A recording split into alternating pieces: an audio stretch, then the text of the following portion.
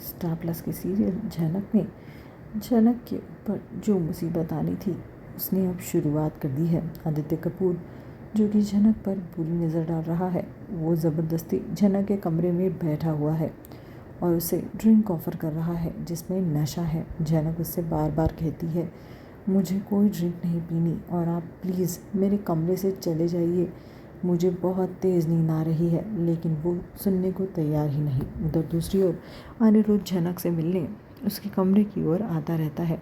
झनक घबराई हुई आदित्य कपूर की तरफ देखकर बार बार एक ही रट लगा रही है, आप अपने कमरे में क्यों नहीं जाते, मुझे बहुत नींद आ रही है। उतने में ही दरवाज़ा खटखटाता है।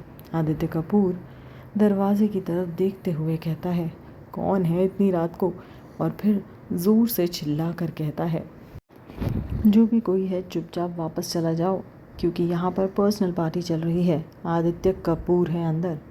झनक फिर भी चुपचाप दरवाजे की तरफ देखती रहती है। अनिरुद्ध बहुत ज़ोर ज़ोर से दरवाज़ा खटखटाने लगता है। आदित्य कपूर चिल्लाता ही रह जाता है कि अचानक से उसे दरवाज़ा खोलना ही पड़ता है, क्योंकि अनिरुद्ध दरवाज़ा कंटिन्यूस ठोकता ही रहता है।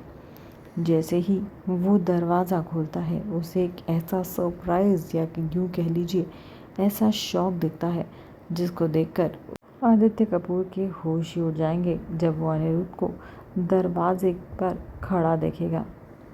झनक भी अपने सरजी को अपने दरवाजे पर देखकर बहुत चौंक जाएगी, लेकिन कहीं ना कहीं उसके कलेजे में थोड़ी ठंडक तो पड़ जाएगी, क्योंकि वो बहुत घबरा गई थी।